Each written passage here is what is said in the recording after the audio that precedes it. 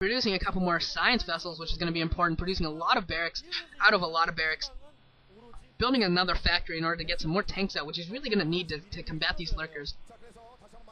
Unless he has just absolutely phenomenal lurker splits. And we do see 1-1 upgrades for spines for these Hydrals and lurkers, since they do work off the same upgrades.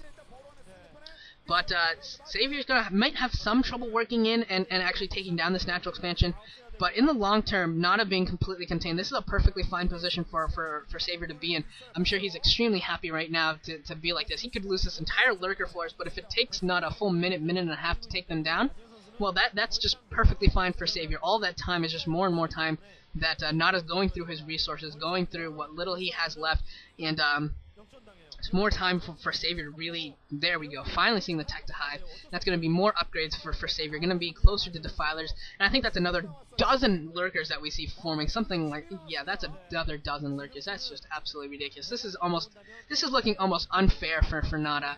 Nada is going to get steamrolled here, I think, as soon as Hive Tech comes out. 2 dropships are out, so loaded up, they might be able to take down one of these bases at the 5 o'clock or 1 o'clock.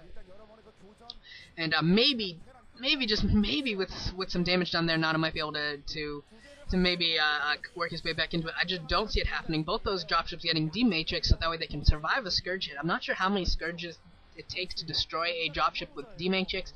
I don't know whether it's 3 or 4. There we see another science facility built. That is the 3rd science facility built. And those dropships actually look like they're going for the 12 o'clock. Okay, one's going to go across to the 1 o'clock. There's a lot of sunken colonies there. I don't know if one dropship is really going to be enough. And another dropship going to the 12 o'clock. And it looks like the 12 o'clock should be able to fall, but this base at the 1 o'clock might not. And actually some Hydralists coming into position there at the 12 o'clock, and they're going to be able to hold off Nada's attack there and force that dropship to wander around some more. And actually here at the 1 o'clock, those sunken colonies don't look like they're going to be enough, although some Hydralists coming into position as well.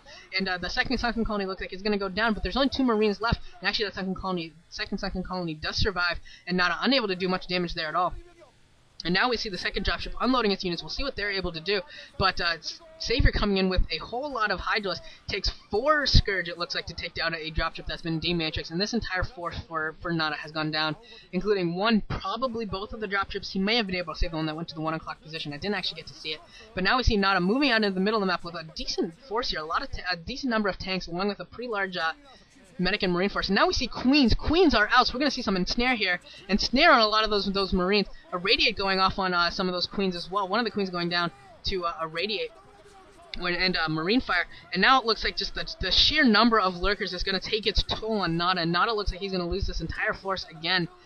Most of this force going down. Actually, he looks like he's going to be able to hold. I take that back. Nada's going to be able to hold. These siege tanks are able to do so much damage. And even though most of the Marines were ensnared, they were able to hold off.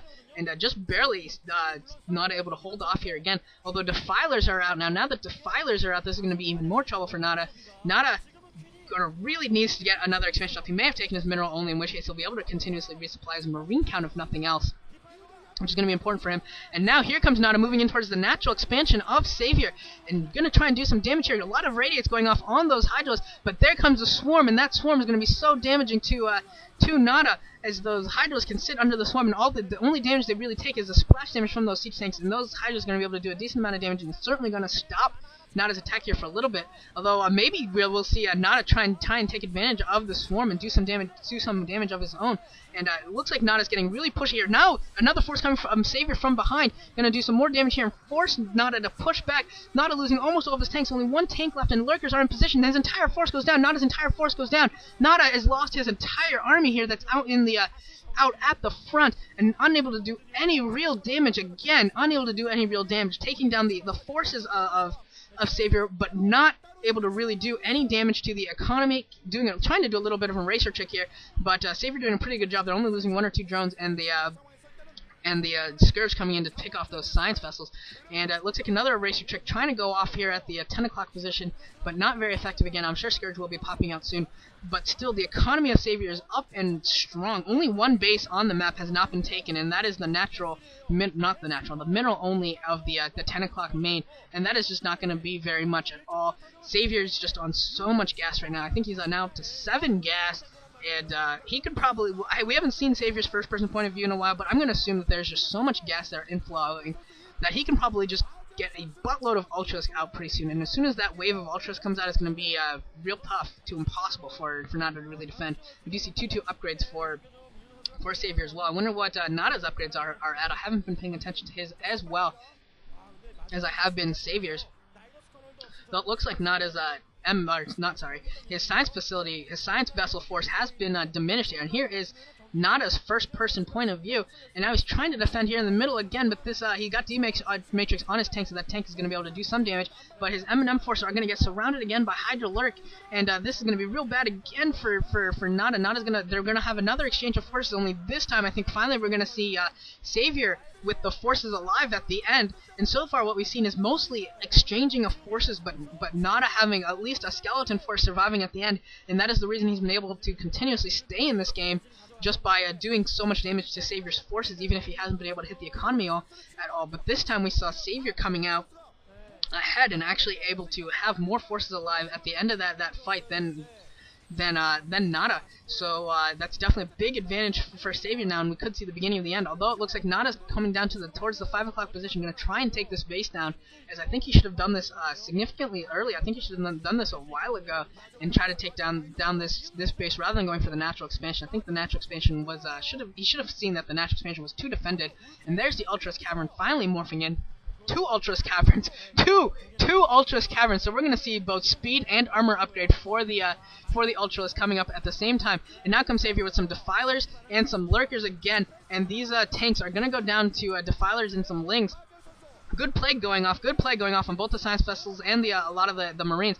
And now the rest of the Lurkers coming in and the Hydras, and they're going to be able to do a lot of damage to these Marines. And there's GG from Nada. Nada finally GG's. Savior able to take this entire series, able to win this tournament. I was proven wrong. I predicted Nada coming out of this tournament and Savior coming in second. I was wrong. Savior coming out in first, topping Nada in a best-of-3 match on 3 consecutive maps that were Terran favored. Savior playing spectacularly against Nada here in the final 2 sets, not even in this last set, just absolutely dominating, taking so many expansions, taking pretty much every single base on the map that wasn't in Nada's main area of control. And now we'll see the traditional, the handshake that has become so popular in this Heritage League. It started by Boxer, now we see almost every single game in this Heritage League has ended with a very polite an honorable handshake, which I do love to see. And Savior finally getting a tournament win, his first tournament win since 2007. That's his first big tournament win. It's been that long for him, and how sad is that it's been 2 years since Savior's been able to get this kind of a win. But he is back, taking down some of the best in the world, working through guys like Yellow and Nada, and didn't actually get to play Boxer or Reach, but certainly those players were in this tournament, all of them falling, and Savior taking the victory for himself. Finally going to start breaking, maybe finally able to start saying that he will destroy everyone. We'll see if we get to see a little bit of the celebration from this. I would love to see how Savior decides to celebrate his victory here. Would be kind of cool, although no, we're not going to be able to see it, unfortunately. But I hope you guys all enjoyed this series. It was an epic best-of-3 series. Savior taking it all, his first championship, his first gold medal since 2006-2007, that OSL, the Shinhan Bank OSL. And maybe we'll finally see the comeback that everyone's been hoping for the Maestro, for Savior, winning this Heritage League tournament. Congratulations to him. Great set, great series of games this entire tournament. This is Deja Vu, signing off.